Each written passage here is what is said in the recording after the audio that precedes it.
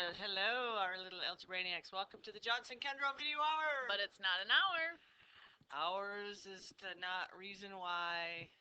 Ours is to eat some apple pie. I don't know what that means. I don't either. I just made it up. Okay, we're going to talk about investment information. It's not in the book, though. That's okay. It's important. Well, and some of it's in the book, but there's not a lot of detail. So we're going to make the detail for you.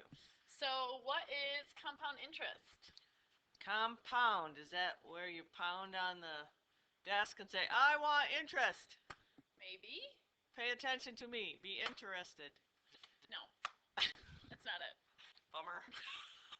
All right. When the bank pays interest on the principal amount. What does the principal amount mean? Principal means the amount you have in the bank, like your starting amount. Okay. So kind of like our A and Y equals AB to the X. Right. It's okay. a starting amount. And interest on the money that you've earned. So like every time you earn a little bit more, like it adds to the total. Correct. And then you earn more interest not only on your initial investment, but also on the interest you've already earned. Ooh, so it's an interesting interest.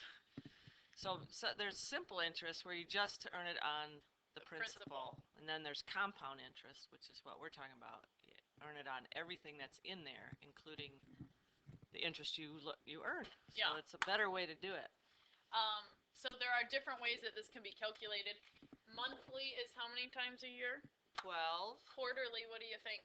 Quarter, so 4 times a year? Yep, this would be 12 times a year. This is 4 times a year. Annually is once, and we don't see this very often. Semi means like cut in half, so twice a year. Yeah. When I worked at my old job, I was paid semi-monthly. Oh. So I got paid on the 15th and the 30th. Instead of every 2 weeks? Correct. Which actually works out to be less paychecks. So bigger paychecks. Semi-monthly is 24 times, but bi-weekly every 2 weeks. 6 times. 6. This is confusing. Yeah. Well, let's get on with our example. All right, you deposit $1,500 at the bank. Woohoo! With an annual interest rate of 6.5%, compounded quarterly. How much do you have after 18 years? So this is exponential growth. So that means we can use our equation that we've been talking about for the past few days. Y equals AB to the X power. A is always going to be your initial amount, so that's $1,500. But this is where things get tricky. So remember we talked about anytime you have growth, you have to add 1 because that really represents 100%. But what's happening here is we have an annual interest rate of 6.5%. Now that means that's the interest that we would earn over the whole year, but it's calculated 4 separate times. So you have to take the percentage, and first thing you need to do is turn it to a decimal, so 0.065, and you divide it by the number of times it's been calculated. So if that were monthly, you'd divide it by 12 or whatever. Okay. Annually, you wouldn't have to divide it at all. So we just got to pay attention. When it's compounded, you got to divide. And I do see some kids do this sometimes. Add it and then divide by 4. Is that the same thing? No, because the 1 isn't part of the interest right now. You do it just by the interest number. Okay, so 0.065. You guys, actually, if you have calculators at home, might be helpful to go through some of these calculations with us just to be sure we're on the same page. We're going to get 1.01625, and let's try not to round. And in fact, in class, we'll show you how to go through this without having to write anything down. You can just type it all in so you're accurate. Nice. Okay? And then here's something else that's tricky about compound interest. X, which is our exponent, remember, that's the number of times the interest is calculated. So we're going to do 18 years. But it's 4 times each of those years. So how many times is that? 18 times 4? Yep. 72. All right. Okay, so just let's do some reminders. You got to divide your percentage, and you got to multiply your years. So my setup for my equation is now Y equals A, which is the initial investment, times B, which we just figured out is this, to the X power, which is 72. Okay, let's see how our money grows. So can I just do the 1 times the 1500 first? No. Exponents first. Okay, so I have to do the 1.0 blah blah blah to the 72nd. Right.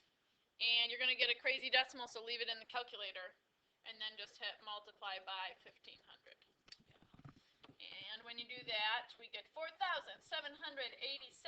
And obviously, you're going to round to the hundredths place because we're talking about money. So you're telling me if I put $1,500 in the bank and let it just sit there for 18 years, if I have that good interest rate, Yes. I'll end up with $4,787. That's amazing. That's pretty good for doing nothing. Right. Just think if I put 15,000 in there.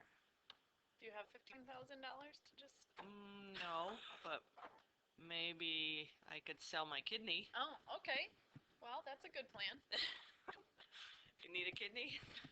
I'm not buying. Okay. All right, what if we were compounded monthly? So what's going to change? The A starting amount doesn't change, but the B does change. Remember, we got to take the 1 and add our percentage. Whoops, forgot another zero.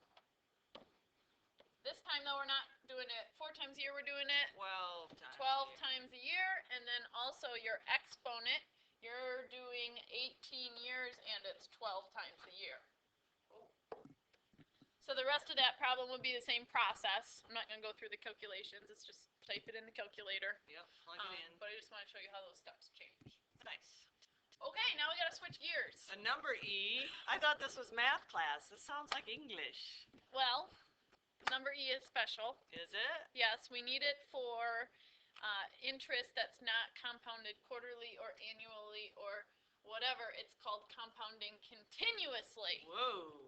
Like all the time? Like every second of every day they keep compounding it? Yeah, so what that means is there's this little guy in the bank, and he's just always working furiously calculating your interest. Wow, that's kind of like when you do your calculator and you just keep hitting that +1, +1, +1, +1, it keeps adding more and more. Okay, that doesn't really happen. They just use this formula. Oh, well, formulas are good. Yes, we love formulas. It's continuous because it's happening all the time. That's an interesting idea. So we get a new formula. PERT. A equals PERT. A PERT. PERT. Like PERT plus?